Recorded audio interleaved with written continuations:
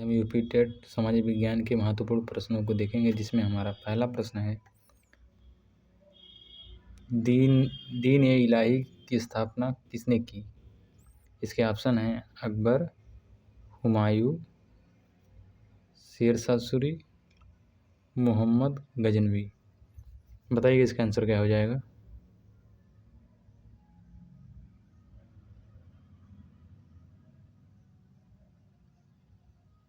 देखिए इसका आंसर हो जाएगा अकबर। देखिए अकबर ने कई धर्मों के अच्छे गुणों को एक में मिला करके एक सिद्धांत बना करके एक ऐसा मार्ग बनाया था जो सभी को स्वीकार हो। अगला क्वेश्चन देखिएगा, ह्वेन-सांग किसके शासन काल में भारत आया? पहला ऑप्शन है हर्षवर्धन, दूसरा है चंद्रगुप्त विक्रमादित्य, तीसरा है स्कंदगुप्त, चौथा है समुद्रगुप्त। बताइएगा इसका आंसर क्या हो जाएगा?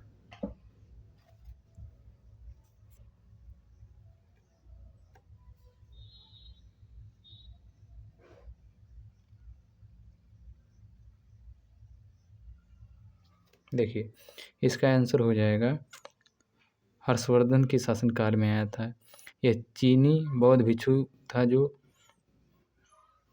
बौद्ध धर्म ग्रंथों का अध्ययन करने के लिए नालंदा विश्वविद्यालय में शिक्षा प्राप्त करने के लिए आया था।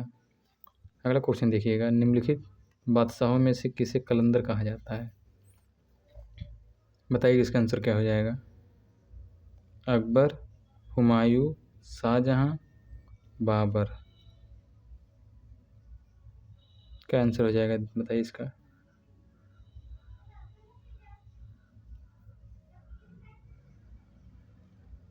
देखिए कलंदर बाबर को कहा जाता था।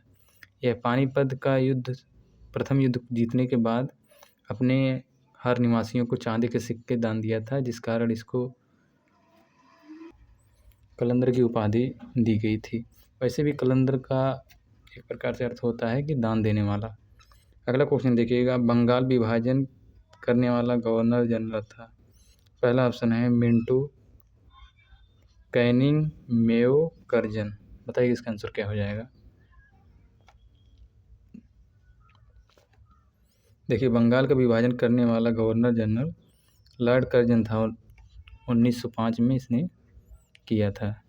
हालांकि यह बंगाल का विभाजन प्रशासनिक सुविधा के आधार पर बताया था, लेकिन इसका मुख्य उद्देश्य हिंदू और मुस्लिम आबादी को बांटकर भारत में पनप रहे राष्ट्रवादी भावनाओं को कमज़ोर करना था। अगला क्वेश्चन देखिएगा, कुंवर सिंह किस राज्य के जमींदार थे? पहला ऑप्शन है अवध, जगदीशपुर, बिठूर, बैरकपुर। बताइए इसका आंसर क्या हो जाएगा?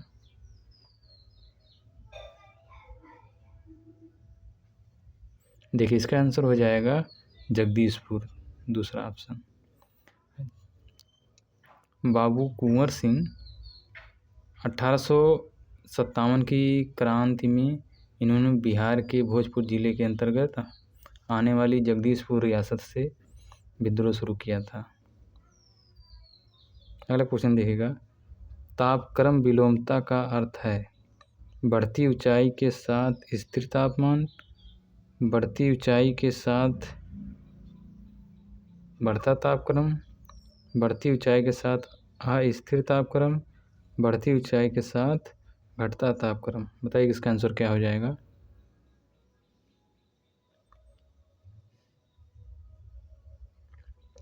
देखिए इसका आंसर क्या हो जाएगा? दूसरा, बढ़ती ऊंचाई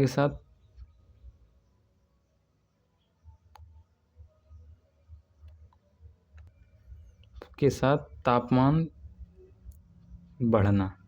देखिए वैसे क्या होता है कि हम यदि पृथ्वी की सतह से अंतरिक्ष की ओर जाएंगे तो तापमान कम होगा, लेकिन ये तापमान विलोमता के अंतर्गत ये स्थिति पलट जाती है, तापमान उल्टा। यानी कि यदि हम सतह से ऊपर जाएंगे तो तापमान क्या होगा?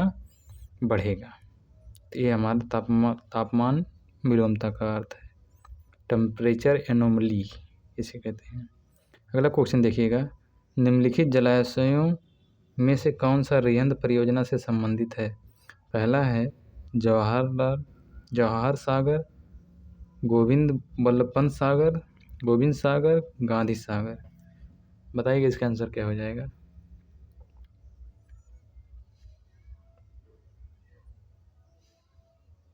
देखिए, रिहंद परियोजना गोविंद बल्लभ पंत सागर से संबंधित है।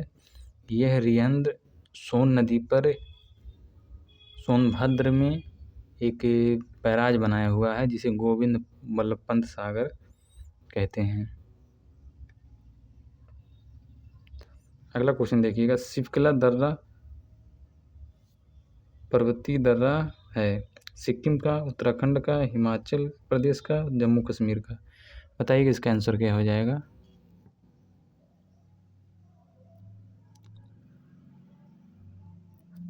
देखिए, शिवकला दर्रा हिमाचल प्रदेश का प्रमुख दर्रा है। इसी दर्रे से होकर के सतलुज नदी भारत में आती है। अगला क्वेश्चन देखिएगा,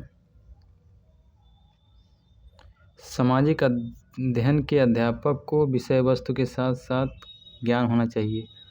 सामाजिक विज्ञान का जो अध्यापक होता है उसको विषय वस्तु का ज्ञान तो होना चाहिए, साथ साथ किसका ज्ञान होना चाहिए, इस बात को बताना है। शिक्षण तकनीकी का, शिक्षण विधियों का, इनमें से कोई नहीं, शिक्षा के उद्देश्यों का। बताइएगा इसका आंसर क्या हो जाएगा।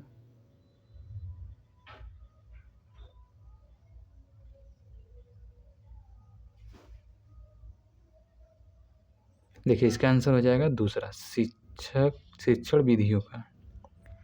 जब हमें शिक्षण विधियों का ज्ञान होता है तो हम बच्चों को उसके मानसिक स्तर, उसकी उम्र के हिसाब से कहानी विधि या परियोजना विधि का प्रयोग करके हम उसको सही ढंग से विषय वस्तु को समझा सकते हैं।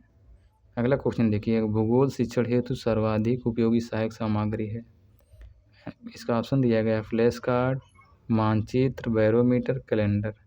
बताइएगा इसका आंसर क्या हो जाएगा। देखिए, भूगोल शिक्षण की सबसे महत्वपूर्ण उपयोगी सहायक सामग्री है मानचित्र। सेकंड ऑप्शन सही हो जाएगा। मानचित्र से हम भूगोल में स्थानों और क्षेत्रों का अध्ययन कर सकते हैं, पृथ्वी की संरचना का अध्ययन कर सकते हैं, और बिना मानचित्र के तो हम भूगोल की कल्पना भी नहीं कर सकते, उसका अध्ययन करना और भी कठिन हो जाएगा। मानचित्र पर हम किसी देश को, नदी को, पहाड़ को या अपने आवश्यकता अनुसार किसी भी चीज़ को दर्शा सकते हैं, तो इसलिए इसको सबसे उपयोगी माना जाता है। और यह शिक्षण सहायक सामग्री में दृश्य सहायक सामग्री के अंतर्गत आती है। तो इस प्रकार से आप मानचित्र पर आंसर लगा सकते हैं। अगला क्वेश्चन देखिएगा, अष्टाध्यायी के लेखक थे।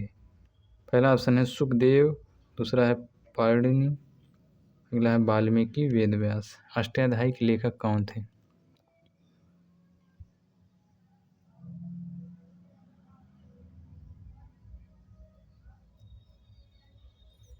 देखिए, अष्टाध्यायी के लेखक पाणिनि है, ऑप्शन सेकंड सही हो जाएगा।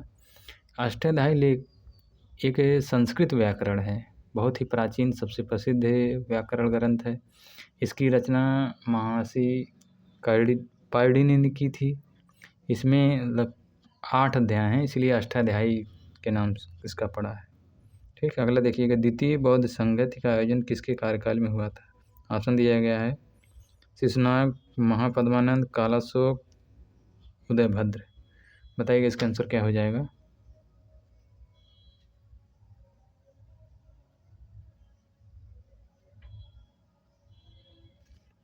देखिए, इसका आंसर हो जाएगा कालाशोक, ऑप्शन 3। बौद्ध धर्म की 4 बौद्ध संगतियाँ हुई हैं, जिसमें द्वितीय बौद्ध संगति का अध्यक्ष कालाशोक हैं, और कालाशोक के कार्यकाल में या संरक्षण में राज्यकाल में हुआ था, जिसकी अध्यक्षता सबकामीर या सबकामी कहीं कहीं पर देखने को मिलता है, ने की थी। अगला क्वेश्चन देखिएगा, अकबर ने इबादत खाना का निर्माण करवाया था। ऑप्शन दिए गए हैं दिल्ली में, अगला है फतेहपुर सीकरी, अगला है सिकंदरा में, अगला है आगरा में। बताइए इसका आंसर क्या हो जाएगा? इसका आंसर हो जाएगा सेकंड, फतेहपुर सीकरी में अकबर ने इबादत खाना का निर्माण करवाया था। यह शुरुआत में तो केवल मुस्लिम विद्वानों के लिए विचार विमर्श का केंद्र था, लेकिन बाद में इसको हिंदू, ईसाई, जैन, पारसी सभी विद्वानों को विचार विमर्श के लिए एक सभागार के रूप में स्थापित किया गया था। अगला क्वेश्चन देखिए, आर्य समाज की स्थापना हुई थी। ऑप्शन दिए गए हैं 1875, 1870, 1880, 1865। बताइए इसका आंसर क्या हो जाएगा?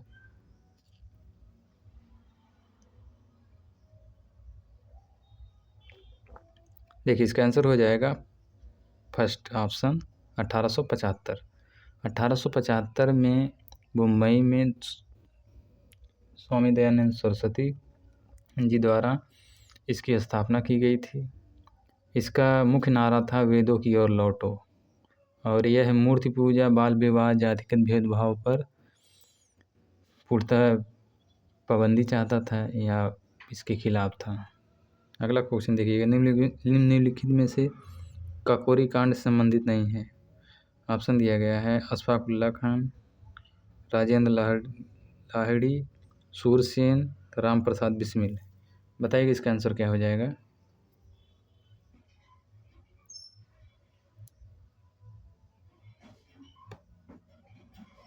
देखिए सूरसेन काकोरी कांड से संबंधित नहीं है।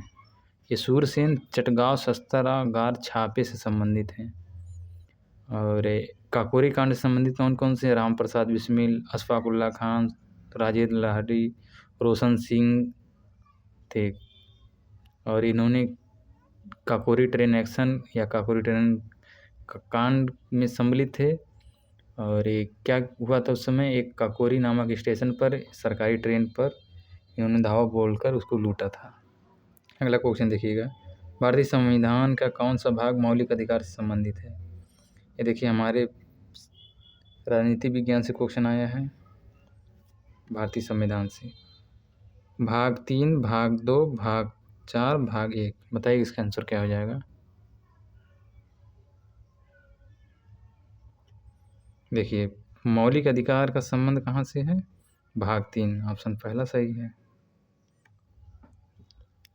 भाग 3 में आर्टिकल 12 से लेकर 35 तक नागरिकों के मौलिक अधिकारों का उल्लेख किया गया है। शुरुआत में तो इसमें 7 मौलिक अधिकार थे, लेकिन वर्तमान में 6 मौलिक अधिकार हैं। आइए हम इसको रिकैप कर लेते हैं जितना पढ़े हैं। देखिएगा पहला क्वेश्चन हमने पढ़ा था कि दीन इलाही की स्थापना किसने की थी? इसका हमारा आंसर था अकबर। अकबर ने 1582 में दीन इलाही नामक एक नए धर्म की स्थापना की। इसका मुख्य उद्देश्य क्या था? इस हिंदू, इस्लाम, जैन, पारसी की अच्छी बातों को मूल सिद्धांतों से मिलाकर एक ऐसा मार्ग बनाया जाना जो सभी को स्वीकार हो, यानी सभी धर्मों में सामंजस्य की बात इस दीन इलाही में की गई थी। ह्वेंसांग किसके शासनकाल में भारत आया था? हर्षवर्धन के समय ह्वेंसांग भारत आया था। ह्वेंसांग एक प्रसिद्ध चीनी यात्री था जो 7वीं शताब्दी के समय हर्षवर्धन शासनकाल में भारत आया था। वह मुख्य रूप से बौद्ध धर्म ग्रंथों का अध्ययन करने तथा नालंदा विश्वविद्यालय में शिक्षा प्राप्त करने के लिए भारत आया था। आगे देख लीजिएगा, निम्नलिखित बादशाहों में कलंदर किसे कहा जाता है? अभी हमने बताया कलंदर यानी कि दान करने वाला बाबर। मुगल वंश के संस्थापक बाबर को उसकी उदारता के कारण कलंदर की उपाधि दी गई थी। पानीपत के प्रथम विश्व युद्ध में जीत के बाद बाबर को काबुल के हर निवासी को एक चांदी का सिक्का उपहार दिया था और अपना बहुत खजाना लुटा दिया था, जिसके कारण उसे यह नाम मिला। बंगाल विभाजन के समय गवर्नर जनरल लॉर्ड कर्जन 1905 में बंगाल विभाजन किया गया था। हालांकि अंग्रेजों ने इसे प्रशासनिक सुविधा का कारण बताया, लेकिन इसका मकसद हिंदू मुस्लिम आबादी को बांटकर अपना प्रदेश स्वतंत्रता आंदोलन को कमजोर करना था। अगला देख लीजिएगा, कुंवर सिंह किस राज्य के जमींदार थे? जगदीशपुर। वैसे तो यहाँ बिहार होना चाहिए था। बाबू कुंवर सिंह 1857 के प्रथम स्वतंत्रता संग्राम के प्रमुख नायकों में से एक थे। वे बिहार के भोजपुर जिले के अंतर्गत आने वाली जगदीशपुर रियासत के जमींदार थे। 80 वर्ष की उम्र में अंग्रेजों के खिलाफ इन्होंने युद्ध का नेतृत्व किया था। तापमान विलोमता भी बताया हमने। तापमान विलोमता यानी कि जब सतह से हम ऊंचाई पे जाते हैं तापमान घटता है, वहीं तापमान विलोमता के अंतर्गत यह स्थिति पलट जाती है, यानी ऊंचाई पे जाने तापमान बढ़ेगा। समांतर क्षोभ मंडल में जैसे ऊंचाई पे जाने पर तापमान घटता है, लेकिन जब विशेष मौसमी स्थिति कारण उलट जाती है तो ऊंचाई के साथ घटने लगता है। टेम्परेचर इन्वर्जन कहा जाता है। ठीक, अगला को देखिएगा एक्सप्लेनेशन। निम्नलिखित में से जलाशयों में कौन सा रिहंद परियोजना से संबंधित है? गोविंद वल्लभ पंत सागर। रिहंद परियोजना उत्तर प्रदेश के सोनभद्र जिले में स्थित है। रिहंद नदी की सहायक नदी पर बनाया गया है। इस बांध के पीछे एक विशाल कृत्रिम झील बनी है जो गोविंद वल्लभ पंत सागर कहा जाता है। भारत की सबसे बड़ी कृत्रिम मानव झील में से एक है। शिप्ला दर्रा। अगला क्वेश्चन है, शिप्ला दर्रा हिमाचल प्रदेश में है। शिप्ला दर्रा हिमाचल प्रदेश का प्रमुख दर्रा है जो हिमाचल प्रदेश किन्नौर जिले को तिब्बत से जोड़ता है। यह दर्रा भारत चीन की सीमा पर एक प्रमुख व्यापारिक मार्ग है। प्रसिद्ध सतलुज नदी इस दर्रे को पार करके भारत में प्रवेश करती है। अगला देखिएगा, समाज विज्ञान के अध्ययन के लिए अध्यापक को विषय वस्तु का ज्ञान होना चाहिए, शिक्षण विधियों का, तो समझ ही आपको पता ही है। अगला को देखिएगा क्या है, भूगोल शिक्षण की सर्वाधिक उपयुक्त सामग्री मानचित्र, यह है दृश्य सामग्री है। इसमें हम विभिन्न स्थानों के क्षेत्रों और पृथ्वी की संरचना को दर्शा सकते हैं। देश, नदी, पहाड़, महाद्वीप का वास्तविक स्थिति का पता लगा सकते हैं। तो हमारा क्वेश्चन समाप्त हो गया है। बाकी ऐसे क्वेश्चन हम बार बार अपलोड करते रहेंगे, आप इसको देखिएगा और इनका एग्जाम में आने की बहुत ही प्रबल संभावना है। धन्यवाद।